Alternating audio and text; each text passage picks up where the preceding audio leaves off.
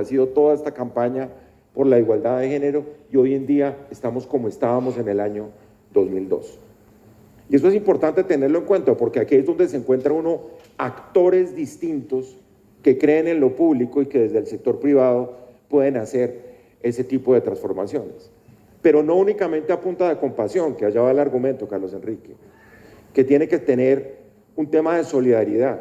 En un país que ha sido tan elitista, además, en un país donde, digamos, las clases dirigentes tradicionales, clases altas, con privilegios, de pronto donde nosotros hemos estado, además, creen que es simplemente entregando lo que sobra y tranquilizándose la conciencia como uno contribuye al desarrollo del país. Y no con la convicción absoluta que tiene que producir transformaciones de fondo y que tiene que romper con todas esas jerarquías, que yo creo que esa es otra cosa que usted ha sabido hacer muy bien, y es romper jerarquías. Y romper jerarquías de élites que creen que manejaban el país y que por tener unos antecedentes, unos antepasados, unos títulos, qué sé yo, todos, perdónenme la expresión, chimbos, porque aquí no hay aristocracia de ninguna naturaleza en este país. Son cosas montadas, además por la historia reciente, porque todos terminamos, como acaba de decir Carlos Enrique, teniendo un origen campesino, indígena, afro, lo que ustedes quieran, más en un país como este. Y pensar entonces en ser pionero, porque yo creo que este libro demuestra que aquí hay alguien que es pionero, que eso es esencial, ¿no? No es por la vía del ejemplo, no es por la vía de imitar a otros que de alguna manera lo están haciendo. Yo leía con mucho cuidado una anécdota suya con uno de los grandes empresarios de Colombia que ustedes deben haber oído nombrar, y sobre todo para los jóvenes les recomendaría que buscaran en Google y se buscaran algún libro, yo les puedo mandar uno si lo quieren, sobre uno de los empresarios más importantes de Colombia, que fue Nicanor Restrepo Santamaría, que Carlos Enrique se le acercó un día y le dijo: yo quiero que usted sea mi mentor, y él le dijo: no, usted no necesita mentor, usted siga adelante con lo que está haciendo, que usted se basta a sí mismo.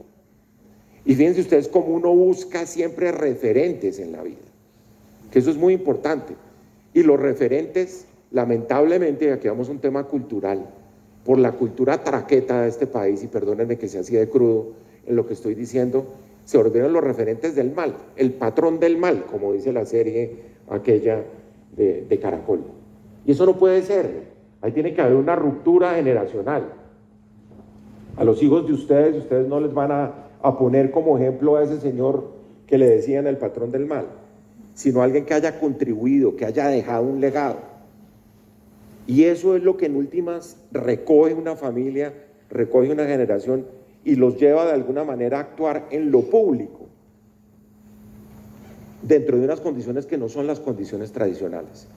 Y allá llegó un punto, Carlos Enrique, que es un punto que nos une generacionalmente, y es la aparición de un líder en Colombia en los 80s. Usted entró primero, además yo llegué después, que fue nuestra inspiración y que fue de alguna manera nuestra frustración también. Fíjense ustedes lo que esto representa. Y uno entiende, por ejemplo, todo el legado ético de ese señor que se llamaba Luis Carlos Galán, que además, curiosamente, en toda nuestra campaña La Constituyente en 1990, él era el referente. Nosotros éramos los galanistas, éramos los jóvenes en ese momento, que nos habían matado al caudillo, entre comillas, no con la connotación peyorativa que hoy tienen esos caudillos autoritarios y populistas que hay en el mundo, no. Él era el que decía: hay que transformar la política en Colombia, es posible hacer las reformas, a Colombia hay que insertarla en el concierto internacional. Un hombre de una gran visión que no tenía nadie más en ese momento. Y ahí nos reencontramos con Carlos Enrique, después de habernos visto seguramente en la casa de un primo de Carlos Enrique, que era mi mejor amigo del barrio, y en una cancha de fútbol cuando teníamos 8 o 9 años. Y ahí entró a verse una generación en ese espejo que, como dice Jesús Abad Colorado en el libro que se llama El Testigo, que se lo recomiendo, que es la historia de las fotos del conflicto en Colombia, el espejo se rompió. Y hay un espejo roto, ahí botado en el piso, donde uno se trata de mirar una realidad del país vuelta a pedazos. Y uno dice: ¿por dónde comienzo a reconstruir el espejo? ¿Por dónde comienzo a reconstruir un país lleno de violencia, de narcotráfico, con un líder que nos acaban de matar? Y surge una propuesta, que fue la séptima papeleta. ¿Y quién viene de primero a respaldarnos? Carlos Enrique y Tita, que estaban recién casados. Y logramos llegar a la constituyente, y logramos materializar ese sueño de transformación de Luis Carlos Galán en la Constitución de Colombia de 1991, que ahí está, que tiene 32 años y que no ha sido desarrollada, que después vino una cantidad de generaciones de gobiernos que lo que le hicieron fue contrarreformas a la Constitución del 91. ¿Por qué menciono la Constitución del 91 y por qué menciono a Galán? Porque toda esa agenda que hoy aparece tan nueva de la sostenibilidad, Carlos Enrique, ¿quién fue el primero en Colombia que habló de lo ambiental? ¿Quién fue el primero en Colombia que habló de crecimiento verde, de desarrollo verde, de la necesidad de pulcritud, por ejemplo, en el manejo tanto de lo público como de lo privado? Luis Carlos Galán. Y son temas que además en la evolución del desarrollo uno las va encontrando y se encuentra, por ejemplo, lo que hoy se llaman, y la mayoría de ustedes lo han oído mencionar, los objetivos de desarrollo sostenible. La sostenibilidad como concepto de progreso de una sociedad. Y la sostenibilidad que tiene que ver con una cantidad de cosas, que tiene que ver con lo social, con la igualdad de género, con la limpieza en el ejercicio de la función pública, con los derechos de las minorías, con el respeto de las comunidades étnicas, pero tiene que ver también con la lucha contra la pobreza, contra la lucha contra la desigualdad y con el medio ambiente, que allá voy a ese asunto. Y entonces encuentra uno una cantidad de variables que se cruzan en la vida de Carlos Enrique y que todas aparecen en el libro. Y quiero llegar a ese punto, Carlos Enrique. Esa agenda de sostenibilidad, usted se la atribuye, por ejemplo, a toda su contribución como pionero que es de los bancos de alimentos de Colombia. Cuéntenos eso, cuéntenos la historia del Banco de Alimentos particularmente y cómo eso es el punto de partida de toda una estrategia de sostenibilidad que después se convierte en uno de los mayores activos de la alquería y de su vida. Pues yo cuando estaba en un colegio, salí de estudiar francés, me mandaron a aprender, papá y mamá me mandaron a aprender inglés a un colegio y tuvimos un día de sostenibilidad en que nos marcó muchísimo y fue producto, eso fue el año 79, fue producto de ese libro que mencionaba Jeffrey Sachs y que se mencionó al principio del gobierno Petro, de hasta dónde era posible exprimirle recursos a la tierra, que fue un libro producto del Club de Roma, de 1974, y hasta dónde podíamos tener más recursos y más recursos y más recursos y más recursos. En ese momento estaba entredicho todo el tema del hambre, porque la Revolución Verde no estaba dando abasto y porque en el momento que se estaba creando la Revolución Verde, donde se crearon todas las semillas que empezaron a alimentar a la gente en los años 70 y 80, cuando se había dicho que en los 60 íbamos a tener unas hambrunas como las que Malthus había pronosticado un siglo antes, un siglo y pico antes. Entonces, nos dijeron, bueno, y el ejercicio de ese día empezaba por los que quieran hacer un día de ayuno, bienvenidos. Y dije, bueno, pues yo veo gente en Colombia que... Pues, el ayuno intermitente del que todos ustedes han oído de hoy. Entonces hicimos el ayuno y desde ese momento yo hice ayuno los 4 años de la universidad, una vez al mes hacíamos ayuno para acordarnos, y se lo dije a Monseñor Luis José Rueda que lo propusiera como un elemento clave. Monseñor Luis José, proponga usted, como el cabeza de la iglesia, un ayuno en Colombia para que nos acordemos que el tema del hambre no es un tema de unos señores por allá que no conocemos.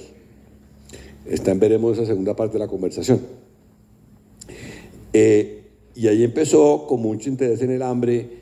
Luego en los cursos de Harvard veíamos cómo estaba de mal distribuida los alimentos en el mundo, y estaba la clase donde Peter Timmer, que era mi advisor de agricultura, mi consejero de agricultura, nos mostraba cómo había suficiente comida en el mundo, pero que estaba mal distribuida.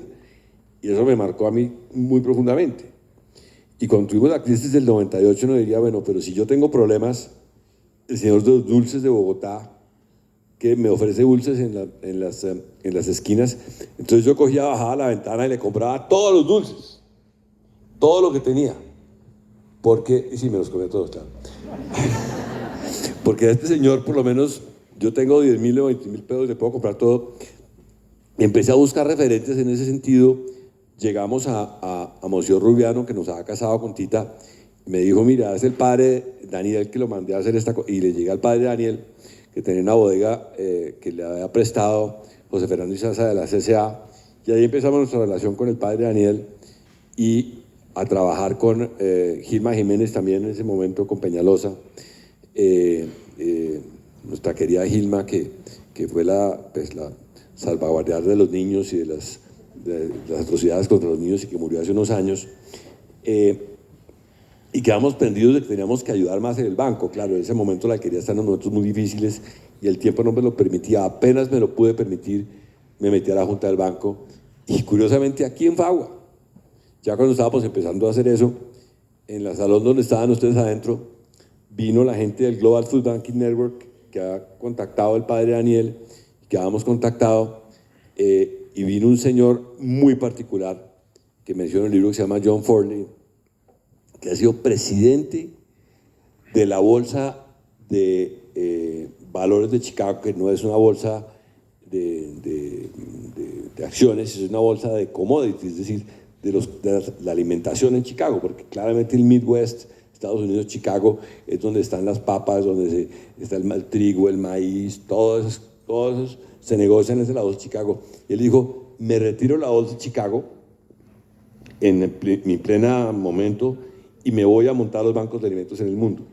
Y vino John Forley aquí con la gente del Global Banking Network y vinieron todos los bancos de Colombia y aquí hicimos el acta, aquí en Fagua hicimos el acta de constitución de ABACO, la Asociación de Bancos de Alimentos de Colombia, por el entusiasmo que teníamos todos de hacer eso. Y hoy hay 24 bancos en Colombia y ojalá hubiera 50 y le llegamos a 1.2 millones de personas gracias al esfuerzo de todos, en Diana que trabaja con el padre Daniel, con todos los padres están aquí.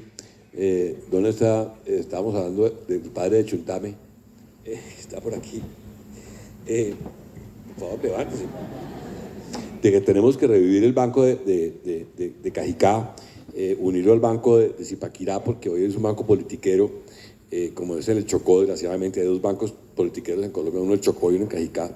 De resto son bancos unidos a la iglesia, y la iglesia tiene un espíritu que permite que verdaderamente sea eso, esa necesidad que le llega a la gente de corazón, a la gente que no tiene que comer.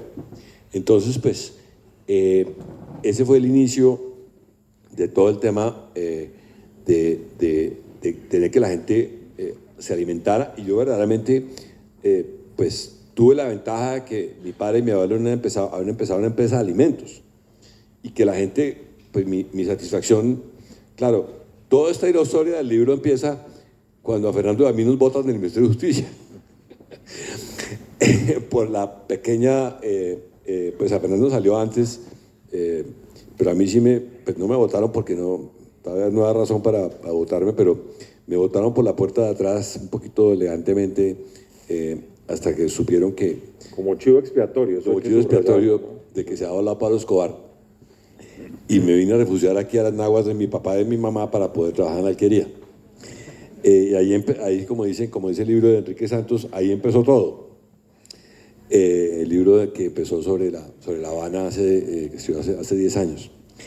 Y ya cuando empezamos los bancos de alimentos, era también porque estábamos dando alimentación a la gente, le estábamos dando leche, le estábamos dando buenos productos de alimentación, subíamos la calidad, la mejora de la leche, y era la forma como teníamos que empezar a llegar para lo segundo, que tenía que ser la educación, porque uno pues bien alimentado, yo andaba con mi tarjeta de los bancos de alimentos, pues, un cerebro bien alimentado de un niño, y una neurona bien alimentada de un niño, y una neurona mal alimentada de un niño, y lo que eso significa para el aprendizaje de los niños. Luego vino el tema de la educación, de los cuales aquí creo que están casi todos los rectores de Cajicá, tratando de avanzar en el proyecto. Hoy estuvimos con el Banco Mundial y empezamos por educación y toda la Junta, viendo ese desastre que fue la caída de la educación gracias a la pandemia.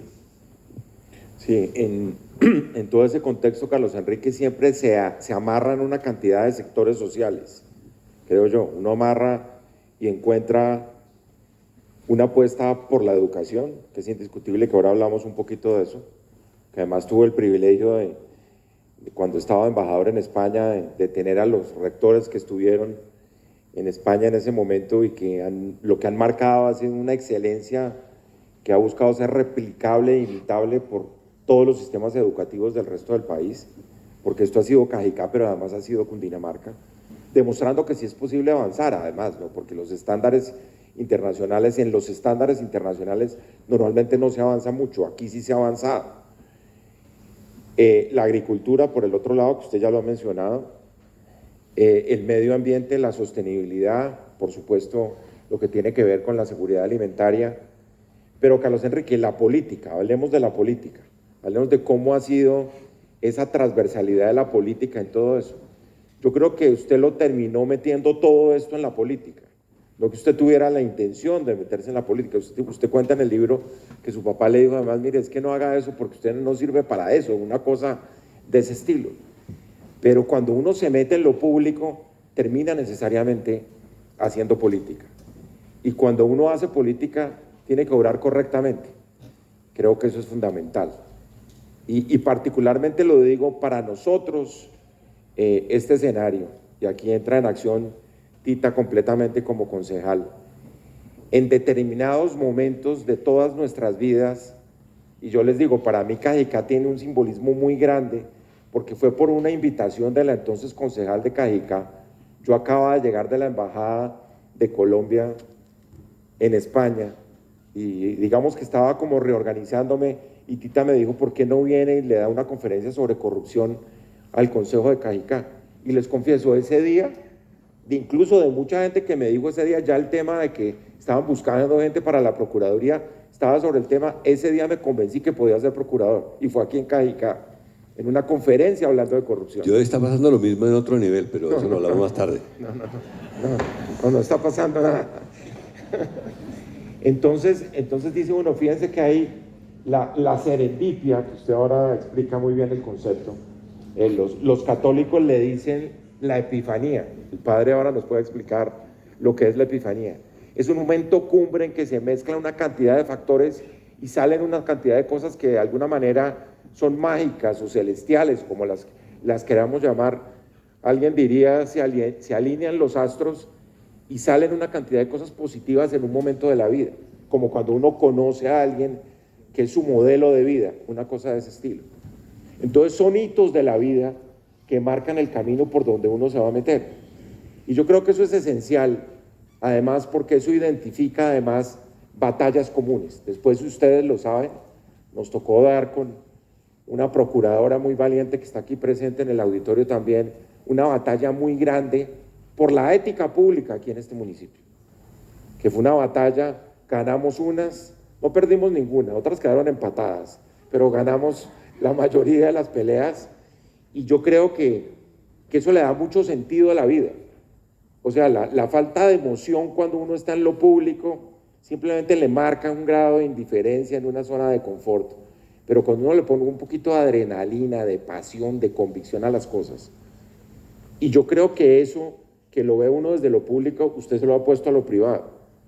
¿Cómo hace uno para dar el salto de tener la capacidad de gerenciar una empresa que da utilidades y que usted la saca de un momento muy difícil, en un momento de la historia de la alquería, y cómo decide renunciar definitivamente, que todas esas renuncias son temporales además, por supuesto, a cualquier tipo de aspiración por quedarse en lo que está? ¿Qué lo convenció de que la política tenía que quedar a un lado, que Tita entra en la escena de la política y que usted se queda un poquito a la vera del camino viendo cómo puede desde afuera de pronto hacer algo mejor de lo que podría estar haciendo metido dentro del lago de la política?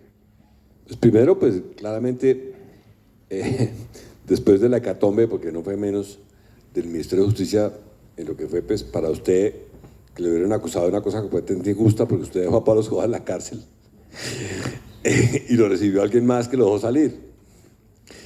Y yo, que esa noche, pues como siempre estoy despistado, ni me di cuenta de lo que estaba pasando, y al día siguiente amanecí oyendo el radio que algo había pasado en Medellín, pero no lograba entender qué era lo que estaba pasando.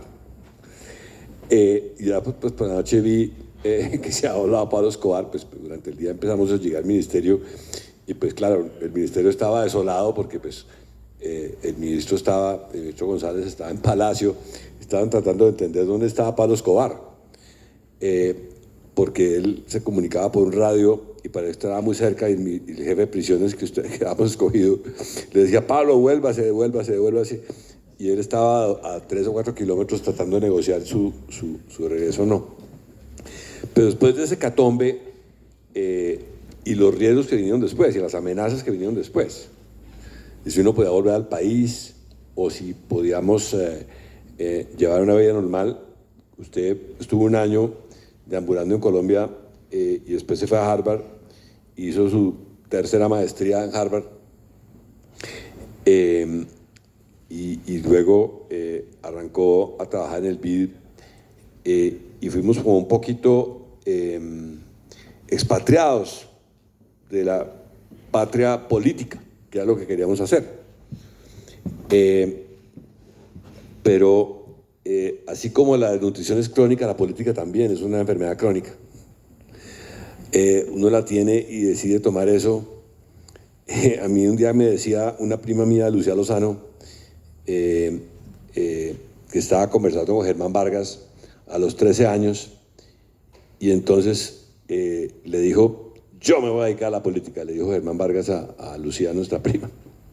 Y ahí está hace casi 60 años después, sigue en la política. Entonces, pues digamos que porque uno entiende el impacto que uno puede tener.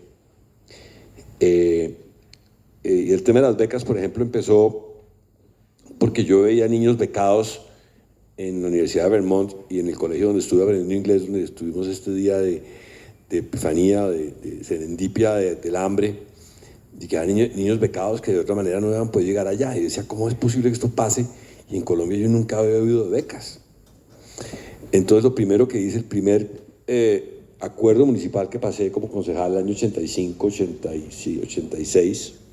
85, cuando era concejal, y 86 cuando fui diputado, fue que hubo una beca para el mejor ICFES del municipio y los 10 mejores ICFES del departamento.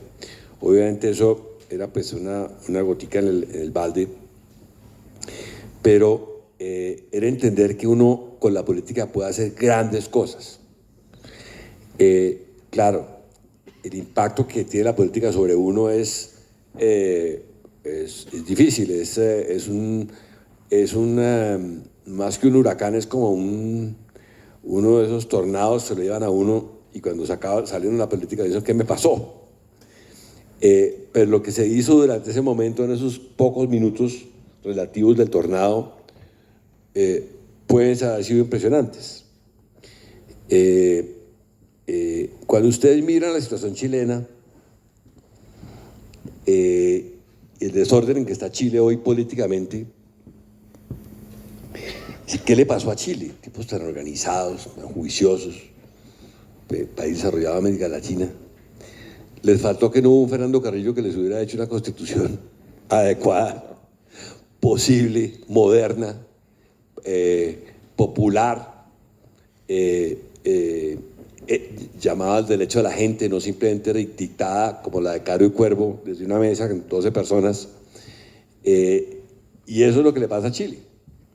Entonces, pues, en esos minutos de lo que fue haber constituido, pues haber hecho la séptima papeleta, haberla votado y después los 6 meses que preleyeron, después la elección de la constituyente y luego toda la constituyente, y lo que significó defenderla después, pues gracias a su generosidad de haberlo acompañado a montar la Corte Constitucional, la Defensoría del Pueblo, el Consejo Superior de la Judicatura, entre otras, muchas otras instituciones que creó modernamente Colombia para la justicia, son esenciales. Y eso es lo que hace el poder público. Y eso es lo que estamos tratando de hacer con ustedes, los rectores están aquí. Trabajamos con Cajicá, estamos trabajando con el gobernador, pero la verdad que necesitamos unos rectores mucho más activistas, a lo corcho, diría yo casi, perdón, para que le exijan al alcalde, como se lo exigieron hace 15 días, que les diera los recursos que les dio para las pruebas a ver que necesitaban para entrenar a los niños. Con unos rectores activistas, con un Estado activista que les dé los recursos a los estados, a los rectores, a los colegios, verdaderamente ahí es que podemos tener una educación como la tenemos que merecer, porque el Estado tiene los recursos y no se los da, porque hay una indefinición política o no hay suficiente presión. Pero estoy convencido que Cajicá en 6 años logramos que tuviera la mejor educación de Colombia, en 6 años, entre ustedes 6 rectores y otros 4 gatos que estábamos trabajando en la fundación. Entonces, pues, replicar eso a nivel de Cundinamarca, como lo hemos hecho con Nicolás García, y ahora, pues, como vamos a hacerlo con Jorge Rey, llegar a los 116 municipios y en el año 30-32 demostrar que Colombia puede tener la mejor educación de América Latina, es posible, gracias a que los recursos del Estado están ahí y el impacto del Estado que está ahí. Y por eso es que es tan difícil desprenderse de la política, Fernando. Claro. Fíjense que esta mañana nosotros estábamos en un foro organizado por Caracol, la W y el diario El País América, en la Universidad Externado de Colombia. Y el tema era el estado de la justicia en Colombia. ¿Qué repercusión tiene la justicia y lo justo en este momento de transformaciones que está viviendo el país? Y yo les decía, aquí normalmente la gente se arma como muchos dilemas que en el fondo no son dilemas, sino que son cosas que pueden ser complementarias. Y yo creo que ese es el gran aporte de la Constitución del 91 a la historia del país. Lo que usted ha dicho, Carlos Enrique, todo eso es posible si hay ciudadanía. Si no hay ciudadanía, nada de eso funciona. Si uno tiene un Estado fuerte sin ciudadanos, eso es una dictadura. Si uno tiene una ciudadanía sin Estado, pues puede tener derechos individuales, pero no tiene garantía, en el caso particular, de tantas carencias que tiene nuestro Estado, por ejemplo, en el caso de América Latina y de Colombia.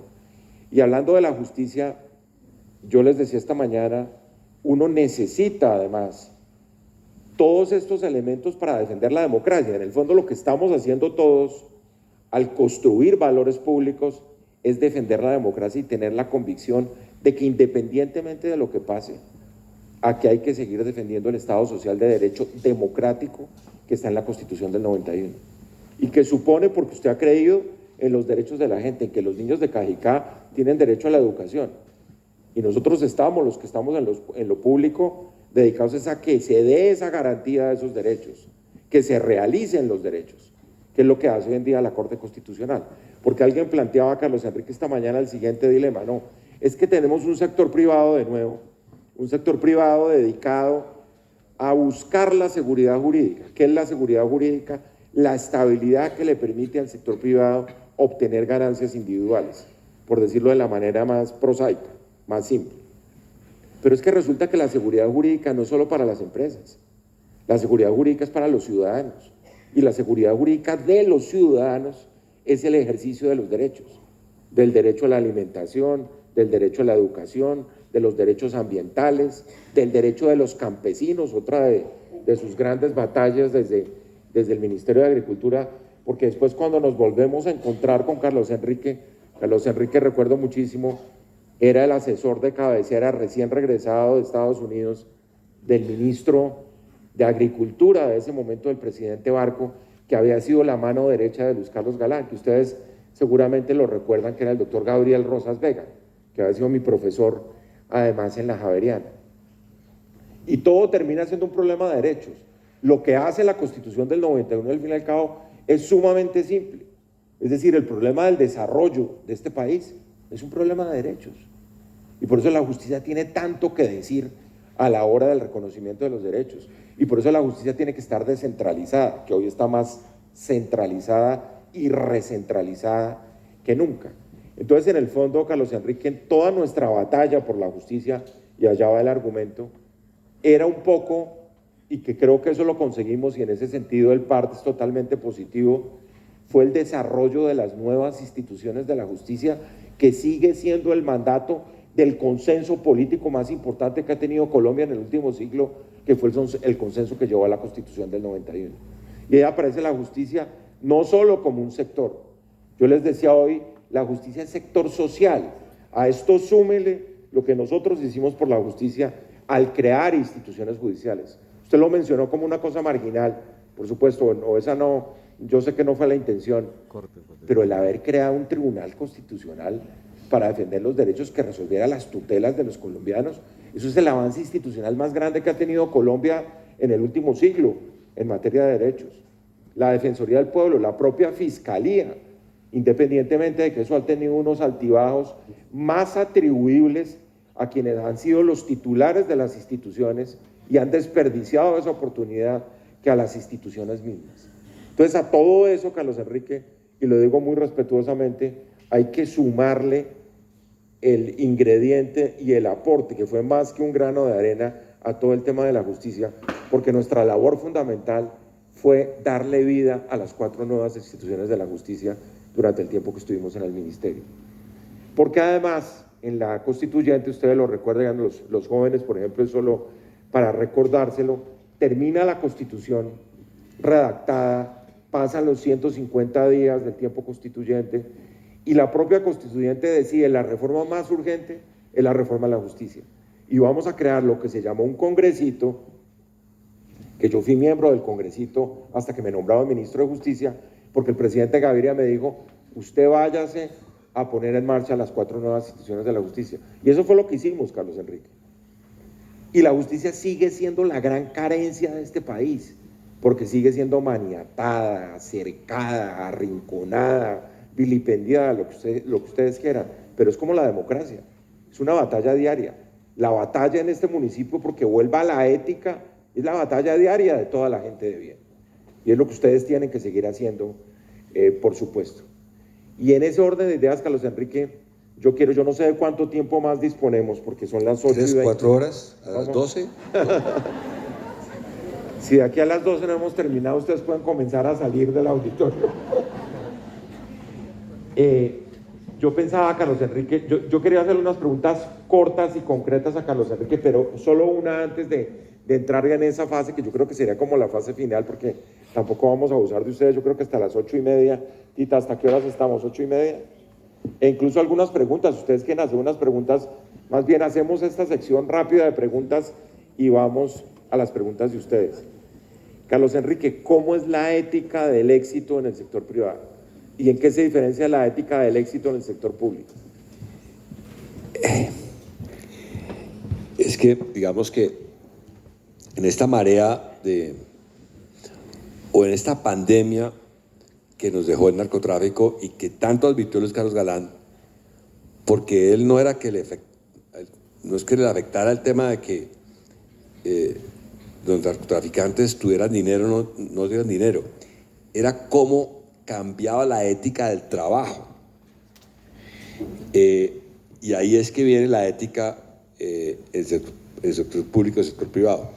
En la ética del sector público, desgraciadamente, se acostumbró que ya los congresistas ni siquiera necesitan el sector privado para salir electos, porque ellos tienen sus contratos, o los concejales o los diputados tienen sus contratos y se volvió un ente en sí mismo.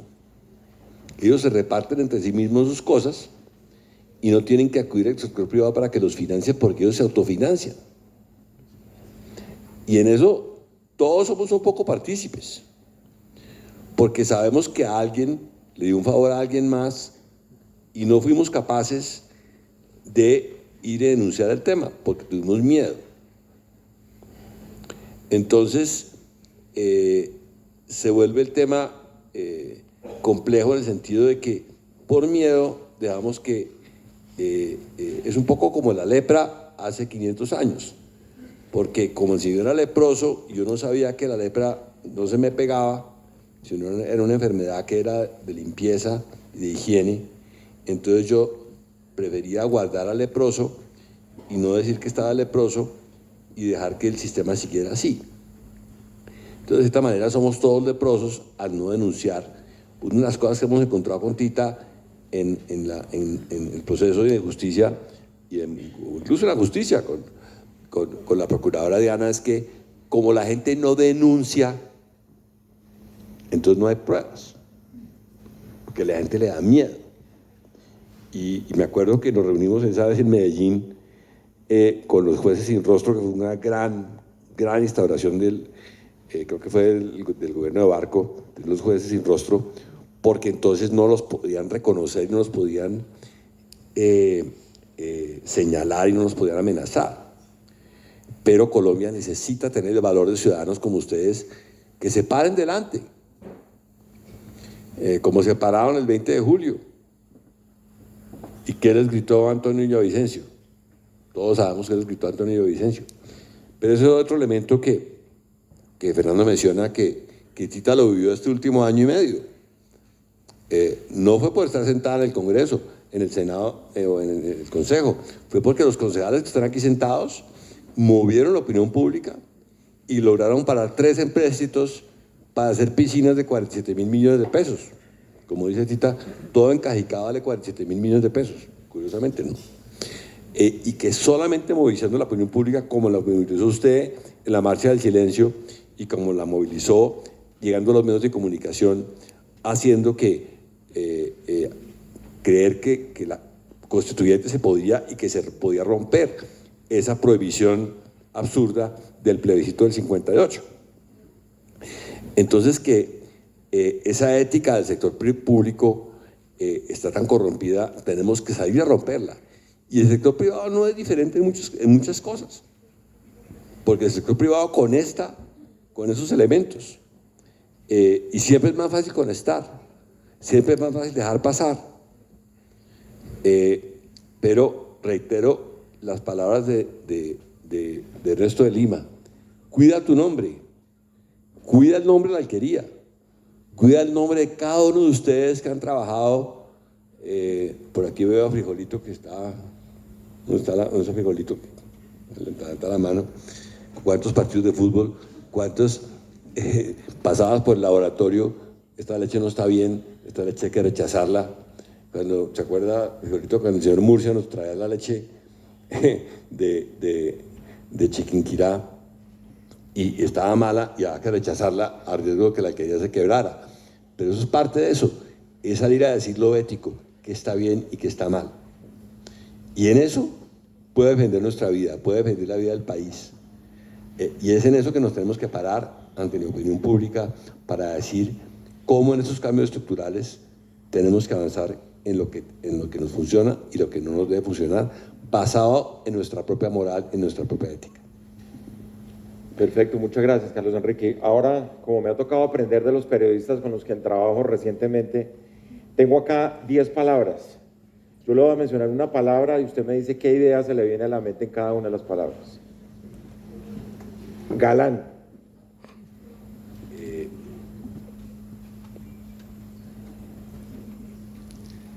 Capacidad de sobrevivir más allá de la muerte. Muy bien. Cajicá. El corazón geográfico de mi familia y de todos ustedes. Educación. Lo único que necesita una persona para salir adelante. Campesinos. Las personas que tienen lo menos y que necesitan lo más para hacer que este país sea pujante en su agroindustria. Reforma agraria. Un elemento que se refiere a la propiedad de la tierra, pero que necesita el crédito, la garantía, la asistencia técnica, la garantía de compra y la educación para poder manejar su tierra. Capitalismo. Un elemento que requiere un adjetivo que se llama capitalismo consciente. Éxito. Un primo hermano o hermano del fracaso, que es, como lo decía Kipling, son 2 hermanos impostores. Legado. lo que uno aspira que pueda decir que sus hijos digan con orgullo de uno. Corrupción. El cáncer no biológico de nuestra sociedad. Y la última, solidaridad. Lo que tenemos que tener como seres humanos, el uno por el otro, en cualquier momento y en cualquier circunstancia de la vida. Muy bien, ahora ustedes tienen la palabra. ¿Quién quiere preguntar algo?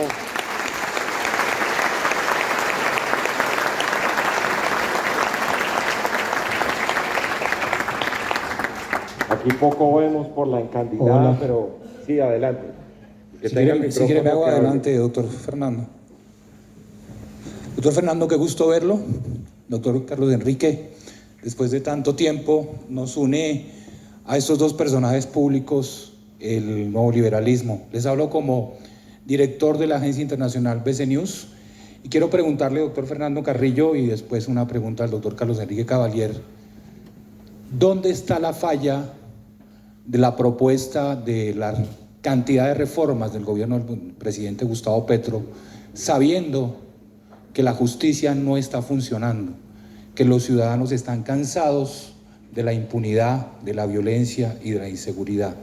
Y para el doctor Carlos Enrique Cavalier, ¿qué papel juega el sector empresarial en este punto central de una coyuntura, de este momento de inflexión, teniendo en cuenta que el legado de Luis Carlos Galán, como lo dijo el doctor Carrillo, está más vigente que nunca y que ese discurso está siendo retomado por el presidente Petro, que le está vendiendo a la nueva generación de colombianos que él hizo parte de la Asamblea Nacional Constituyente cuando era apenas un joven? Es decir, aquí hay un encuentro generacional muy importante en un municipio, como usted lo dijo, doctor Carrillo, que tiene un antecedente histórico importante y en donde la educación es fundamental para entender este momento. Muchas gracias. Muchas gracias por la pregunta. Yo soy de los que sigue confiando en que las cosas pueden salir bien. Y yo creo que la falla ha consistido en abandonar la Constitución del 91 como el punto de partida, como la premisa mayor de todas las reformas. Uno no puede rebarajar todo y volver al primer día de la creación. Uno tiene que, como hoy se dice, eso es un lugar común, a mí no me gustaba la expresión, pero es bastante gráfica, uno tiene que construir sobre lo construido. Y el problema de todas las reformas es que tienen un profundo contenido social, pero de pronto muchas de ellas son un salto al pasado, son un salto al socialismo, que era el socialismo romántico, el socialismo nostálgico, que no dio resultados en la práctica. Yo decía, una cosa va de Lula 2, digo a Petro 1, no diciendo que Petro se vaya a reelegir, sino que es el primer gobierno, digamos, de la izquierda en Colombia, y ya hay una serie de elecciones que dejó el manejo de la izquierda en América Latina, siendo nosotros pues absolutamente progresistas, sin duda alguna, pero siendo conscientes que a nivel de las políticas públicas hay fórmulas que no funcionaron y que la estatización por principio, y solo la estatización, no es un buen principio de gobierno. Entonces me parece que lo que ha faltado es recuperar ese gran acuerdo nacional, que es la Constitución del 91, donde están las soluciones a todo.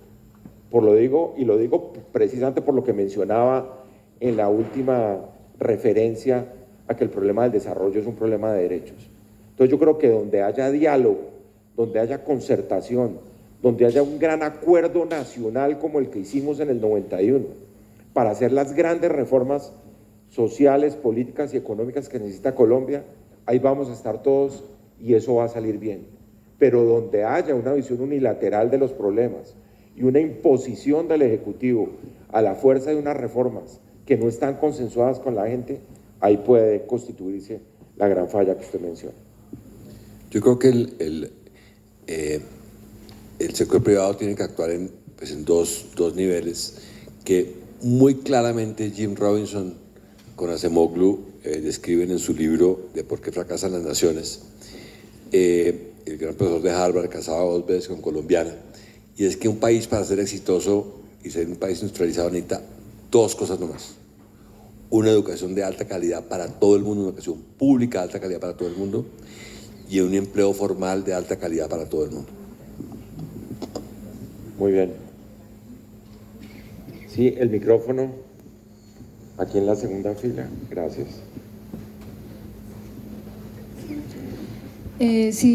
Buenas noches. Doctor Carlos Enrique, pues compartiendo la alegría de la publicación de su libro como rectora del departamento de Cundinamarca, muy interesada en de dónde salió la idea de tener un modelo de mejoramiento de la calidad de la educación. ¿Por qué hacerlo a través de un modelo? Pues básicamente viene de la angustia que yo sentía, porque la frustración y la angustia salen cosas, de que yo cuando salía desde hace 60 años por aquí, por este camino, y veía a los niños llegar a la escuela de Fagua, que fue la primera escuela mixta del departamento que la creó mi padre aquí en la casa de Fagua, y después encontrarme con cientos de niños en Cajicá y ver que seguramente esa calidad de la educación que ellos recibían era muy inferior a la mía, y después encontrarme en el 2010 cuando empezamos Talentos Excepcionales, que teníamos unos niños pristinos, maravillosos, pero que el sistema no le estaba dando lo que ellos estaban dispuestos a ofrecer. Entonces, 2 años más tarde, después del proyecto que lo hicimos aquí también en esa casa de Fagua, con la Universidad de los Andes, dijimos no, claramente el problema no son los niños, el problema son las instituciones en sí mismas. Instituciones, no digo yo el colegio, el rector, sino toda la institución educativa que viene desde los padres de familia, la Secretaría de Educación del municipio, la Secretaría de Educación departamental, el ministerio, la calidad de la formación de los maestros, la calidad de los colegios físicamente y la coordinación que había en eso. Y por eso me aposté a que trabajáramos como trabajamos con todos ustedes en el tema de liderazgo, porque ya lo habíamos visto en empezar nuestra educación y lo había visto con el Colegio Fontán. La primera asignación que tuve como asesor del gobernador Andrés González el año 98, no me la hizo él, me la hizo la ministra de Educación, Cecilia María Vélez, que me dijo: vaya el 2 de enero a ver a Fontán en Cajicá, en Zipaquirá, a verlo en Chía, y vaya a ver lo que hizo con Santa María del Río. Y que me quedé pálido y entendí que el tema de los rectores era vital, pero ya 3 años más tarde vi que el tema pues, no tenía cómo llegar a la parte del programa Cada uno con el liceo francés. Ya con Cajicá lo logramos hacer con Andrea que está aquí, y entender que empujando los colegios durante 6 años logramos a donde llegamos. Llegamos a mostrar un modelo que se puede expandir a nivel departamental si el gobernador quiere o si ustedes quieren, porque no puede depender, como dice Fernando, de una persona que diga la varita mágica: yo quiero que sean ustedes el rey Midas de la educación. No, y ahí vuelve el activismo. Todos los rectores de Cundinamarca tienen que entrar a un nivel de activismo muy alto para demandar y exigir de los alcaldes, demandar y exigir de la Secretaría de Educación de Cundinamarca, demandar y exigir de los municipios certificados que les den los recursos para llegar a donde quieren llegar. Ustedes lo demostraron, rectora, hace 15 días en Cajicá, y todos lo pueden hacer. Y con ese activismo, este departamento será el mejor educado en América Latina en el 2030-2035. Lo dijimos aquí, y yo voy a vivir para que eso sea cierto, y lo vamos a hacer todo con toda nuestra esperanza y todo nuestro esfuerzo. Bravo.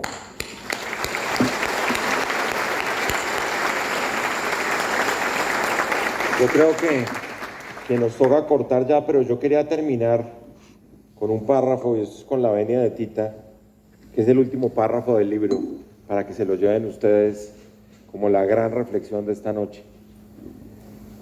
Dice Tita en una carta que está en la página 419 del libro: gracias, Carlos Enrique, por habernos hecho parte de este gran sueño y que sigamos creciendo todos juntos, porque Alquería, más que una empresa, una familia, es un proyecto de vida para todos los que directa o indirectamente estamos vinculados a ella y a Carlos Enrique.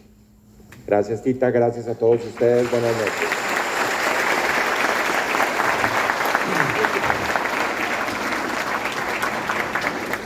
Bueno, a todos ustedes muchísimas gracias por habernos acompañado. Fernando, de verdad muchas gracias por todas estas historias y por estar hoy aquí con nosotros. Usted, como dirían en España, es un grande. Como lo dije en la introducción, usted es parte de esta historia, no solo de nuestras familias, no solo de las historias personales de Carlos Enrique, y de una parte muy importante en su vida, que es su faceta política, en la cual los dos han obrado correctamente. Y me quedo con una metáfora de la cual hablaron en esta charla. Hay momentos en la historia de las sociedades en las que hay que reconstruir el espejo roto. Hoy Cajicá hay que reconstruirla. Y Cajicá siempre contará con esta familia y con Alquería, y seguramente con usted, de una forma desinteresada y simplemente buscando lo mejor para los cajiqueños. Con esto cerramos, muchas gracias. Los invitamos, los que quieran adquirir el libro, acuérdense que estamos ayudando al Banco de Alimentos de La Guajira y también a compartir una copa de vino entre todos. Muchísimas gracias. Una o más. Gracias, papá.